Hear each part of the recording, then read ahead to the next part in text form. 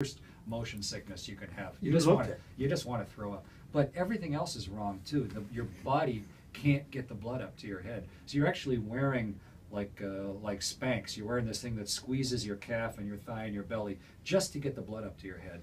And your the whole blood pressure regulation is messed up. Your heart has shrunk a little bit. Your everything's just completely confused, and you got to hold your head up. My neck hadn't held my head up in half a year. It was almost like a baby. Yeah. All my neck did was point my eyes around for half a year. So everything hurt, and everything felt like unfair, and just like a baby. I just wanted to go lie down and cry somewhere. It was awful, but you recovered pretty quick. Was that 6 months or 3 months? Or? Well, no, the immediate recovery is just a few days. After a few days, you stop walking like a drunk, and you can start behaving yourself sort of normal. Can you take me to the other end? Because I've been reading the book, and I just want folks to hear you describe, because I've never heard it described this way, the actual launch, the first launch that you went on, and you talk about that 60 seconds, and the vehicle stirs to life, Yeah. and then the engine and the vibration, and then the countdown, and then finish the sentence. My first flight was on one of the NASA space shuttles, Atlantis, and it was the stuff of dreams for me. You know, this was the moment, and it's one of those things that is really physical, but it's really psychological too. This isn't just a ride at the fair. This is a ride at the fair that you helped create, and that it's your first time, and you've been dreaming about it for decades. So it adds a lot of significance to it, but it's hugely physical. You crawl into the spaceship on your hands and knees because it's sitting on its tail, like getting into a car that someone has tipped up. You got to crawl into the back window and climb forward into your chair, strapped in. And as you say, the vehicle is sort of dormant, but the closer you get to launch, it gets alive underneath you like a dragon. You know, it's coming to life. You can feel the vibrations of it, and about 3 minutes before launch, it moves the big engine bells, and the whole vehicle sways around just with the mass of those. About 30 seconds before launch, everything's online. It's humming and it's self-contained, and then 6 seconds before launch, the engines start to light. And because we want to have as many engines going as possible, just in case one of them's not working, we can still stop. So we light 3 of the big engines. And it's not up the middle, it's sort of off center. So the whole vehicle bends. You can feel the thing sway forward like a big building in the wind where the top floors are swaying a little bit. You feel yourself sway forward. They call it the twang. You twang forward, and then it reaches the limit of the metal, and then it twangs back to vertical, and then the solid rockets light. And you are going somewhere. When those things light, hopefully they both light, but it's like a huge explosion of power underneath you that then starts like you're in a dog's jaws, but something is pushing you away from the world, and it's unstoppable, and you are in the heart of that hurricane, and you're away to the races. The G-force, you feel it?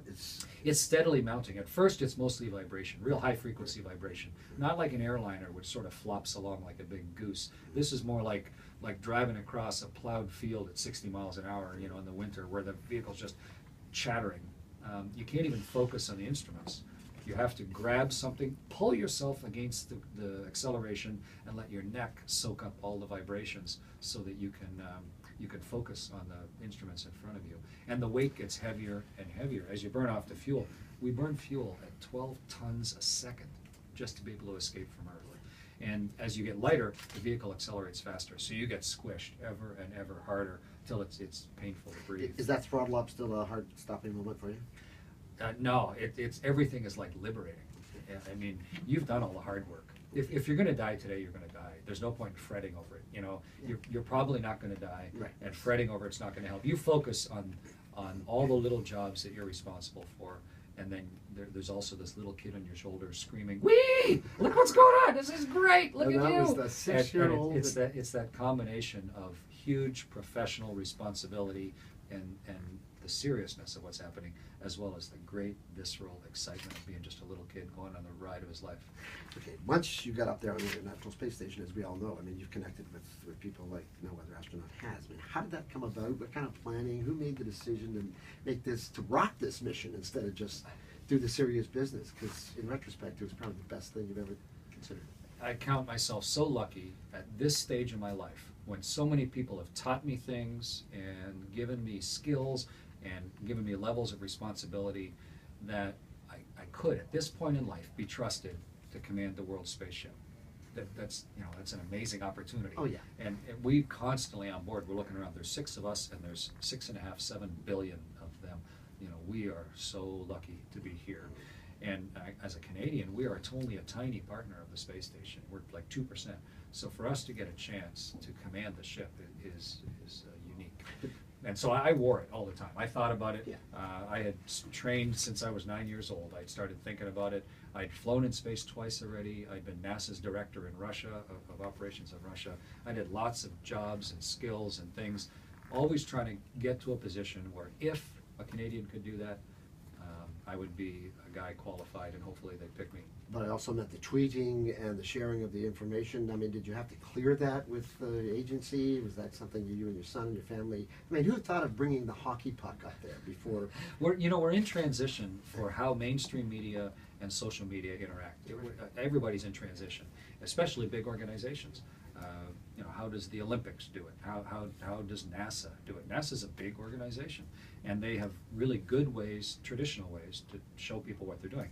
So when tweeting comes along, it's not like they immediately jump on board. Is it going to be a fad? Is it really going to be a useful thing?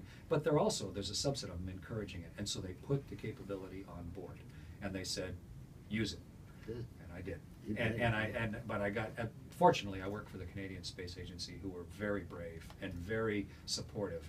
And even though they couldn't anticipate it. And then my son, who was extremely involved, who just finished his MBA, has a great sense for it. He took what I tweeted in the pictures and spread them to the world, and it was a contagion that just rippled around the planet. It was amazing to watch. Did it surprise you? Does it surprise Oh, you yeah. now that you're back, you're walking around this building, you're walking Yeah. around Toronto, you're walking everywhere? I mean, that thing worked. Yeah, it surprises me. It surprised me for sure, the level of interest. But what was beautiful about it wasn't because I was yelling it into people's ears. I wasn't a megaphone trying to sell them something. It was more a peek inside the secret and the beauty of what was happening, and people chose to like it, and that's important. Well, other than noticing that the tweet count was going up, did you have much of a sense of how well and much you were resonating with all that No, while you were up there?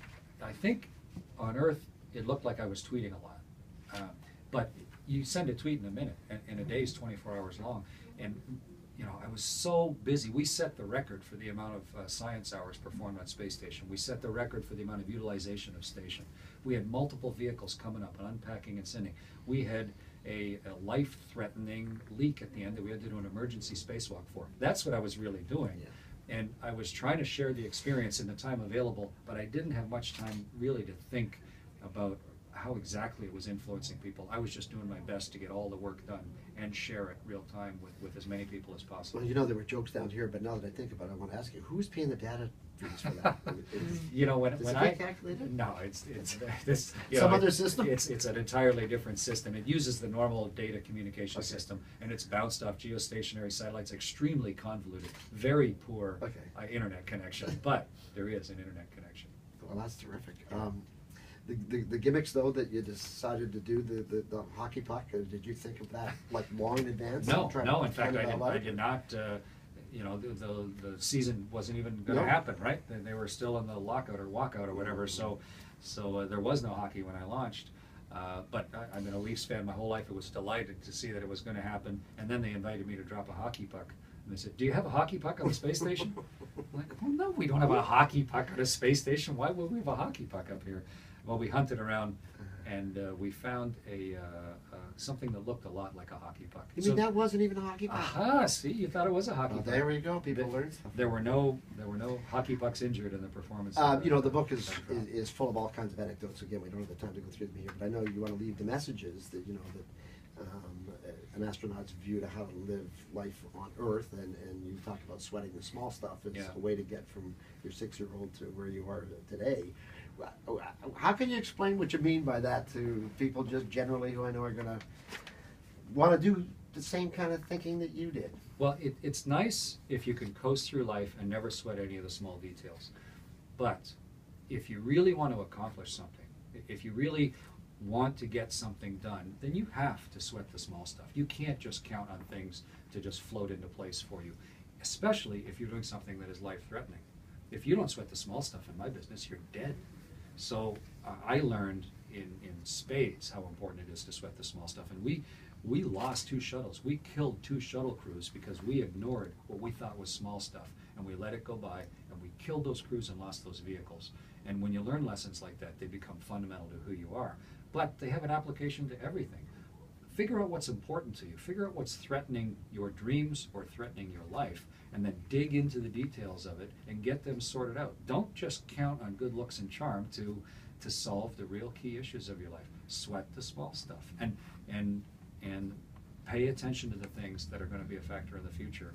Get them right as you can. Don't let it drive you crazy, but don't just take it for granted, or life is just going to go the way it's going, whether you want it to or not. Speaking of future, a couple of questions I have for you just at the end here.